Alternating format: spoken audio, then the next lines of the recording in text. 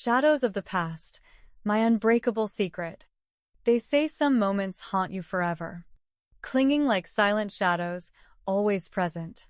It's been 4 years since that day. 4 years since everything changed. It was supposed to be simple. A beach outing with my son John. My husband Brody couldn't come. He never could. Work always came first. And I was used to it. Used to the loneliness. But that day wasn't like the others, and what happened that afternoon has never left me. We spread out the beach towels. The sun was hot, maybe too hot. I lay down, finally free from the noise of the world. I asked John to help me rub sunscreen on my back. I didn't hesitate. He's my son, my boy. Why would I?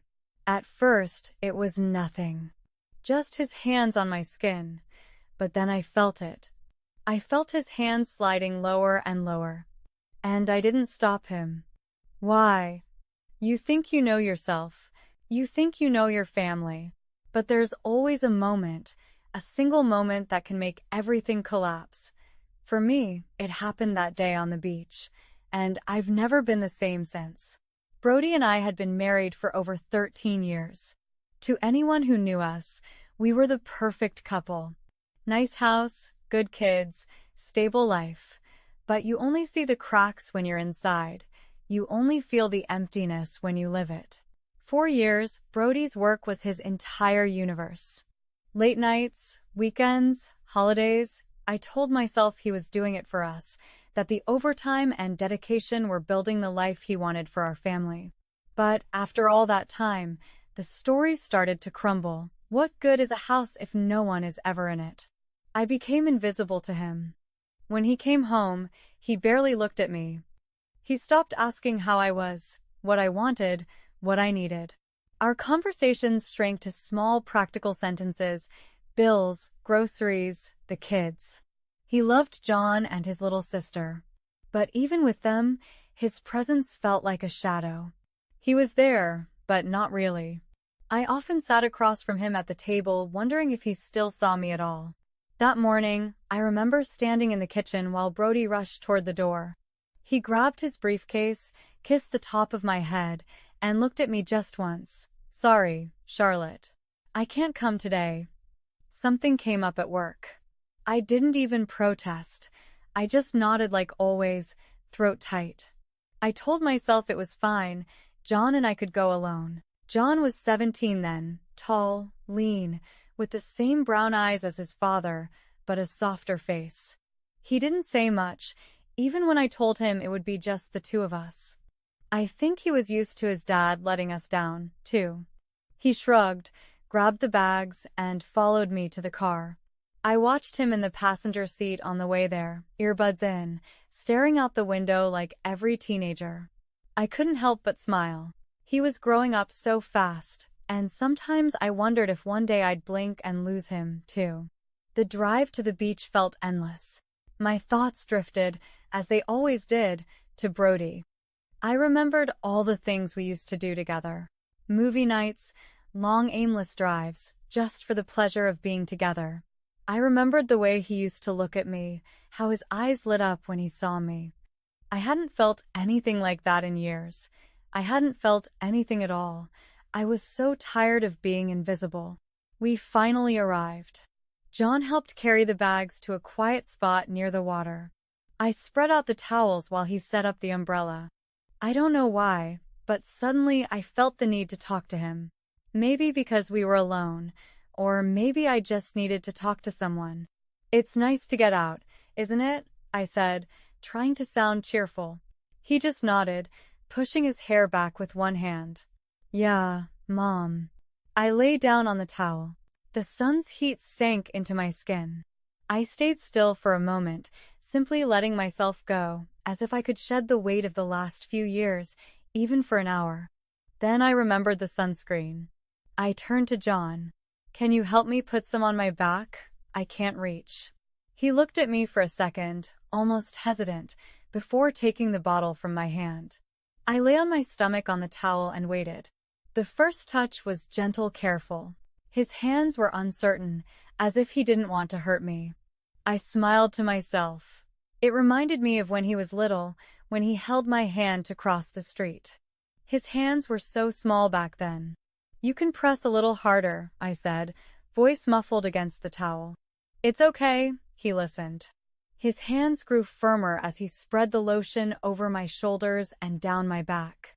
I closed my eyes and tried to focus on the rhythm. For a moment, I let myself enjoy it. It had been so long since anyone had touched me, and that thought hit me harder than I wanted to admit. But then I felt his hand sliding lower slowly, carefully along the curve of my lower back. My breath caught. I opened my mouth to say something, but no sound came out. My thoughts raced, but I stayed silent. I told myself it was nothing. He was just helping. I was imagining things, but I wasn't. His hands paused for a moment near the edge where my swimsuit bottom began. I felt his hesitation. I felt mine, and instead of stopping him, I said, "It's okay, you can massage there too." The words hung in the air like poison. The moment they left my mouth, I knew I could never take them back. John said nothing. He didn't stop either. I squeezed my eyes shut and felt his hands on me, lower than they should have been. My heart pounded so hard I thought he could hear it. I wanted to move to sit up to tell him to stop, but I didn't. I couldn't. I let him. Even now, I don't know why. Maybe it was the loneliness. Maybe I was too desperate to be wanted, even if it was wrong. Or maybe I just didn't care anymore. That day on the beach, something inside me broke, and nothing has ever been the same. If you've made it this far into the story, thank you for staying with me. I know this isn't easy to hear, and I appreciate that you're listening.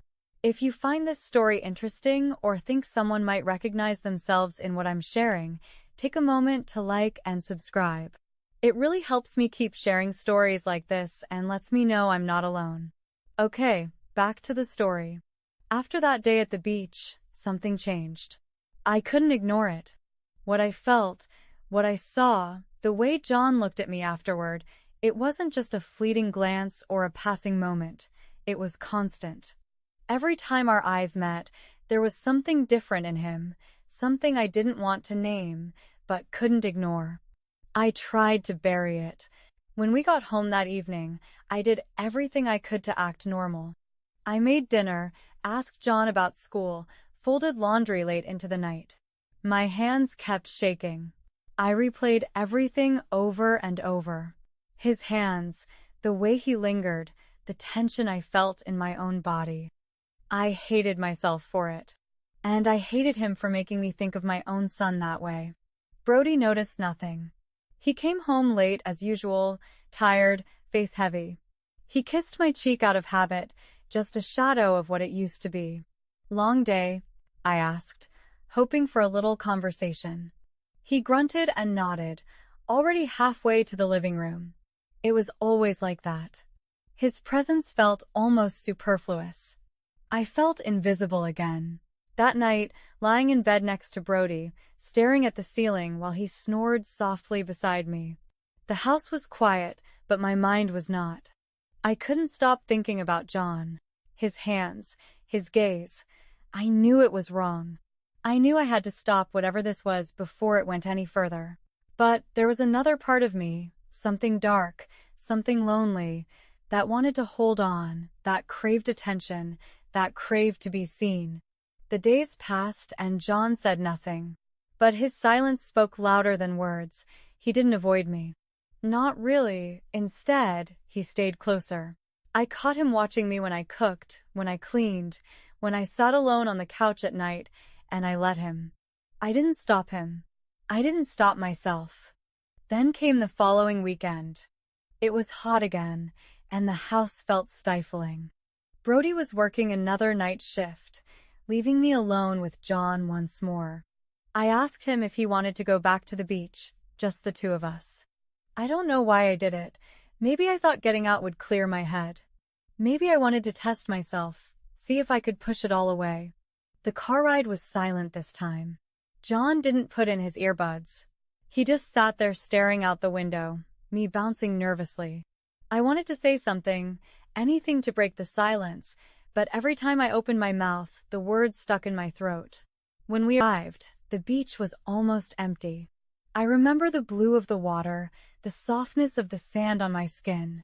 I spread out the towels like before, and John helped set everything up. This time, I didn't ask him to rub sunscreen on my back. I couldn't, so I lay there, eyes closed, pretending everything was fine.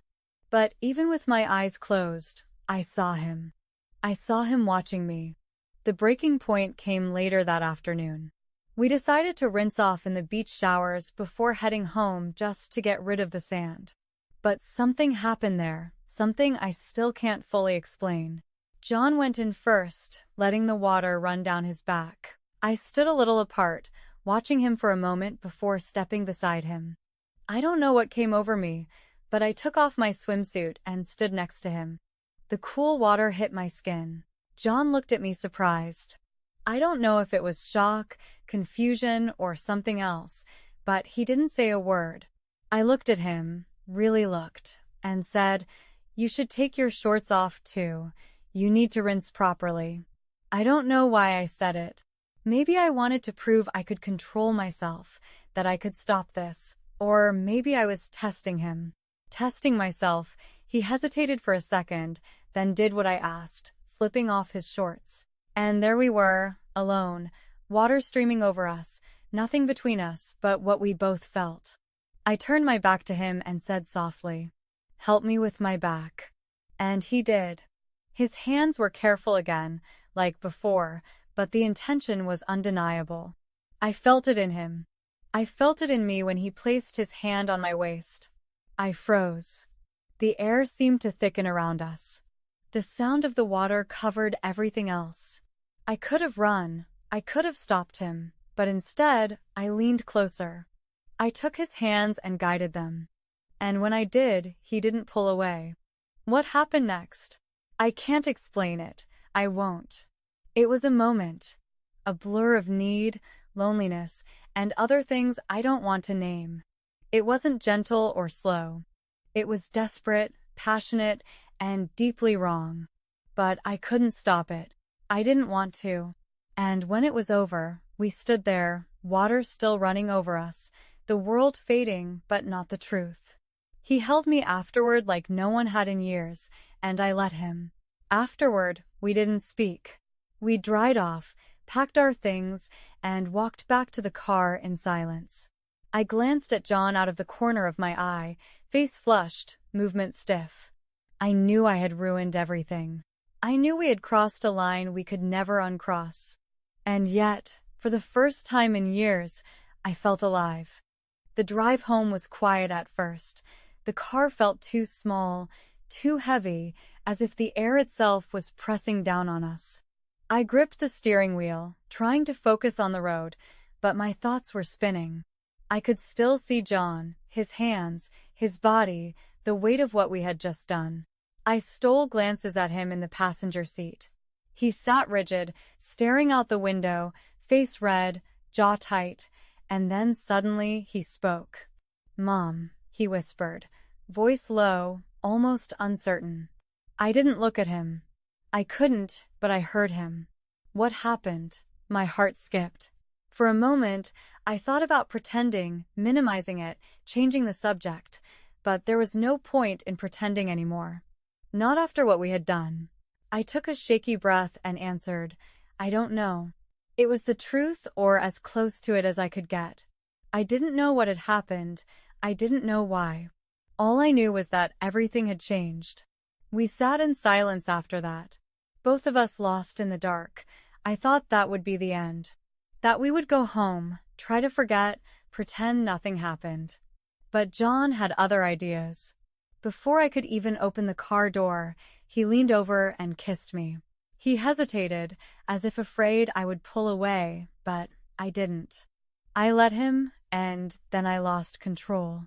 I don't know if it was the loneliness, the years of neglect, or the way John looked at me like no one had in so long. But I let him right there in front of our house. John pulled me to him, hands sliding over me as if they were made for it. I felt alive. I felt desired. I felt seen for the first time in years. I didn't care about anything else. I don't know how long we stayed like that, tangled together. But eventually, we went inside. I don't remember much of the walk to the door, just his hand and mine. The silence between us vibrating like electricity. We didn't speak, we didn't need to. Once inside, everything intensified, as if we had been holding back too long, and the dam had finally broken. The days that followed are a blur. John stayed close, always finding reasons to brush against me or look at me when no one else was watching. I told myself to stop, to distance myself, to end it. But every time I looked at him, I saw the same loneliness I felt. It was as if we were mirrors reflecting the same need, the same emptiness. And I couldn't say no. I didn't want to. At night, lying in bed next to Brody, staring at the ceiling while he snored, I thought about John in the next room, about the feel of his hands, about how he had brought me back to life. And then I closed my eyes, eaten alive by guilt. I knew it couldn't last. I knew it was wrong, but I couldn't stop. The tension between us grew day by day until it finally exploded. It was late one evening. Brody was at work again, another night shift. John and I were in the kitchen. I was doing dishes, trying to distract myself from everything when I felt him behind me. I turned around. There he was looking at me the same way he had on the beach. "John," I said softly, trying to warn him, but he didn't stop. He came so close I could feel his breath on my neck. "Mom," he whispered, "I can't stop thinking about you." I froze. My heart pounded so hard I thought it would burst. I wanted to tell him to stop, to go back to his room, to leave me alone, but I didn't. Instead, I looked at him and said the thing I shouldn't have said. "I can't stop either." And that was it. That was the moment everything collapsed. John and I again, this time desperate. And him, too. I didn't care that it was wrong.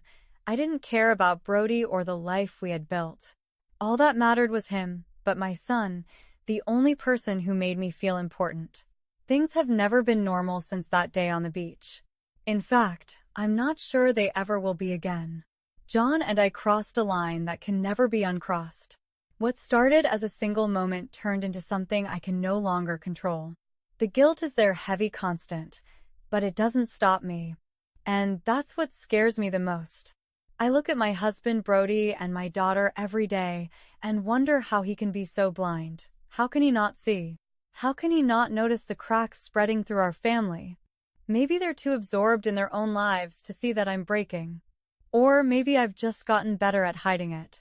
But deep down, I know it can't last. Secrets always come out eventually. And when they do, the consequences are devastating. I've tried to stop. I've told myself over and over that it's wrong, that John deserves better, that I deserve better, but I can't. I won't.